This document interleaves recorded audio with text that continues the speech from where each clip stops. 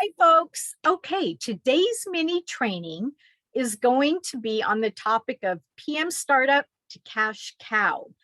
And so we're talking math and numbers. And people often that come into property management, they do it because they want to have that consistent cash flow. Okay, that's great.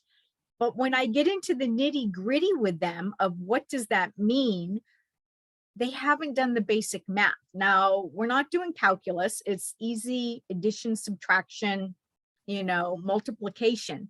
But when you have a startup, there are going to be costs associated with that. And where people get into trouble is they jump into doing property management and they don't have anything in place. So my first tip for startup, and the other question I get, let me back up. The other question I get from coaching clients is, how much money do I need for startup? Is 10,000 enough? 20,000 enough? What do I need? I like that question because it means that they're thinking about all the pieces that it takes to start and build a business. And they realize that there's a cost associated with all of that. But let me back up. It doesn't have to cost a lot, but you're going to be paying for software. So do your research on the different property management software out there. What does it cost each month, right? And they have different tiered levels. And in the beginning, you probably can just go with the basic level, right? And then as you add more doors, you can tier up and take advantage of more powerful features in the software, right? But at the beginning, you may not need that. So look at what that's going to cost. Are you going to be doing the bookkeeping yourself and reconciling your accounts and your QuickBooks and all that? Or are you going to have somebody else doing that? And if you have somebody else doing it, maybe they at least once a month, they do the books and reconcile. Then what's that going to cost to pay somebody to do your QuickBooks reconciliation, or to pay somebody to train you on how to do it for the first couple months? What sort of systems do you need to have? And there's resources. A great resource is pmmadeeasy.com. That website, and in full disclosure, I own that company too. But back in the day, my girlfriend started that company, and she was a very seasoned property manager, real estate agent, kind of a legend in our industry. And she saw that everybody at conferences was creating the same documents again and again and again. And I can tell you, nobody that I know has ever said, I want to start a business so I can create a policy and procedure manual. No, people start a business to solve a problem. They see an opportunity that they can, take advantage of. It's not to create processes and systems and forms and all that. Yet that's the foundation of any business. We all need it. So she used to be called Landlord Source, a company with all these different documents that are fully customizable by you, but 99% of the info is there. It meets fair housing, all of that sort of stuff. And you just go in and customize it to kind of fit your business, and you're set, you're ready to go. She wanted to retire years later, so I bought the business from her because it is a good accompaniment to my coaching that I do. But so that's a good resource. If you are a licensed real estate agent, you may belong to your state association of realtors. They often have forms and downloadable forms and things like that. So in any event, you're going to have forms. You're going to have documents that you need to buy for your business or use in your business, right? So there are startup costs. Nowadays, people are working remotely, which is great. People are used to that. But for the longest time, people felt like in order for them to be legit, because they're taking people's money and people wouldn't trust somebody working out of their home, that you had to have a storefront, a business. And so now you're paying rent, right? Do some basic math, a little bit of research. What do you need? Your cell phone, a website. Many software, property management software include a website. I know one company that they're doing their advertising on Facebook, and they have a Facebook page, and they don't have a website yet. And that's how they're doing it. So again, it depends upon your demographic, how you're going to put yourself out there. But you need to think about those different pieces and decide how much startup money do you need. yes, you can bootstrap it, but you're still going to have your cell phone, a photographer. Maybe you can take the pictures yourself. And if you do, please take good pictures. That's kind of my pet peeve in property management, is that professional photos aren't usually done, but people, put down the toilet seat, make sure that the property looks nice for your photos, open the blinds, turn on the lights, things like that, right? So from the startup, there are going to be costs, but you can keep it minimal. Don't put tons of money on the front end when you don't even have a client yet, right? You're going to be spending a little bit more of your time and sweat equity, so to speak, to get your first initial clients, right? Maybe you join a networking group. I was always a member of like a BNI, Latip, Leads, whatever. It's a business networking group. You pay an annual membership. We had quarterly dues that we paid. Maybe you put money there, or you join the Chamber of Commerce, or whatever it is. There may be some small things that you do there. Attending a conference, taking a fair housing class, taking some property management classes to kind of boost your confidence and get you up to speed. Those are places where you may invest some money in the beginning. How do we get to the cash cow? Well, I always ask people, what's your nut? Meaning, how much money do you need to make each month to make having a property management company viable and work for you? So one of the main reasons that people want to do property management is to have that consistent paycheck. And they still may want to do sales on the side because they make really good money at it, but they don't want to have to rely on the commissions that they get from their sales, right? Basic math.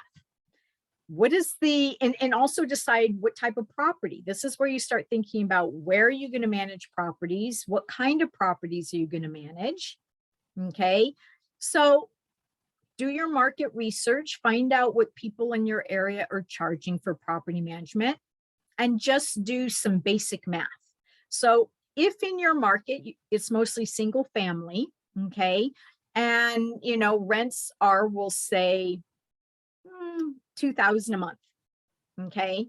If you were charging 10% per month of the rent, and I'm just tossing that out there, I'm not saying that's what you should charge, but that is on the range of what property managers charge, anywhere from 7% up to 10% per month. But for easy math, 10% means $200. So for $200 a month, you're on call 24 hours a day, managing that property, showing the property, dealing with tenant issues, neighbor complaints, whatever it is, doing the accounting for the owner. I mean, that's a lot of work for $200 a month. But as you add more doors, how many doors do you need at $200 a month to get you your $10,000 a month, right? So once you do the math, then people are like, oh my God, that's a lot of doors. I didn't realize that. Next question is, well, what's a realistic number of properties that I could get each month? That's really hard for me to say, because it depends upon where you are located, what type of market you're in, how good of a salesperson you are, if you've got a big network and people are referring business to you, right? But you should be able to add 5 to 10 doors a month. And for me, I was very seasoned. I turned away more business than I accepted each year. And I kept track. How many doors have I added? And then how many doors have I lost? Meaning sometimes the properties close out because they get sold, or the family moves into it.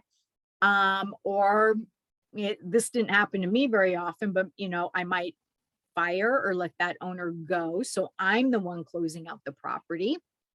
Or they decide to take it to another property management company. And that's okay too, right? There are reasons for why you might lose doors. Over the past year, what I'm hearing from all my coaching clients is they've lost a significant number of doors to sales, right? Because the market was so hot, people decided to put things up for rent. And depending upon where your properties are located with the moratorium, maybe owners weren't getting the rental income. So they decide to sell and try to recoup the losses there. In any event, you're going to add and you're going to lose. And some years I stayed even.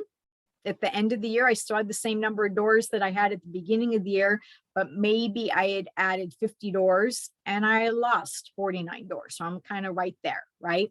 Other years you're going to be up, and other years you might be down slightly. So do your math so that you have a very clear idea of how many doors do you need to get to be earning the kind of income that you want, right? In general, depending upon where you are located, I think once you reach like 30 doors, now you're earning some good, decent money that's worth all the time that you're spending, right? When you get up to like 50 doors, that you can still easily manage on your own, and you're earning, you know, some good money there, right? And then it's just upwards. When you get to 100 doors, at that point, you're probably going to be hiring an assistant, starting to build out your team so that you can continue to scale and grow. But you're not going to be able to manage everything yourself at 100 doors plus doing sales. You don't have the time or the bandwidth to do that. So that's how you go from the startup, setting aside some money. Okay, so you have money there to kind of buoy you during the months when you're working hard to build your business and you don't have any income coming in. You're going to do the same thing when the time comes to hire an assistant. People always say, I don't know if I have the money. Well, you're going to set aside a little bit of money, and you're going to know from the income that you're generating, do I have enough money to hire an assistant?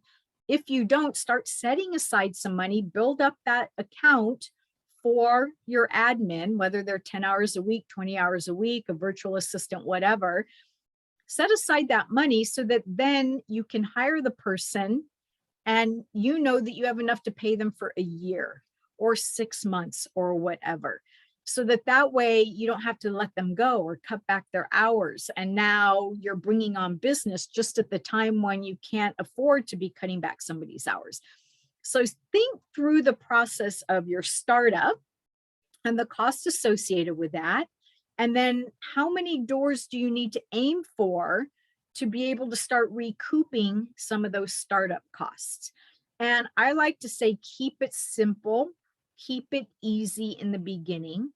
If you want to know more about what are the actual pieces that you need to put in place in starting up a business, then go over to pmdoneright.com, and there you can register for a webinar that I will be giving on how to start a property management company and 3 steps to generating revenue year round. So today is just a short little mini training on the topic of PM startup to a cash cow. That training will be about an hour and it'll be a little bit more in depth. So thank you for tuning in today. I hope that it's got you thinking about at least the numbers, how to do some basic calculations to determine what you would need every month and what does that look like in the number of doors. In a future training, we're going to be talking about pricing and the services that you provide. And that's really important because you want to be successful at the get-go. So I hope you enjoyed today's training. Head on over, if you haven't done so already, to pmdoneright.com and register for one of my upcoming webinars. See you at the next training. Bye.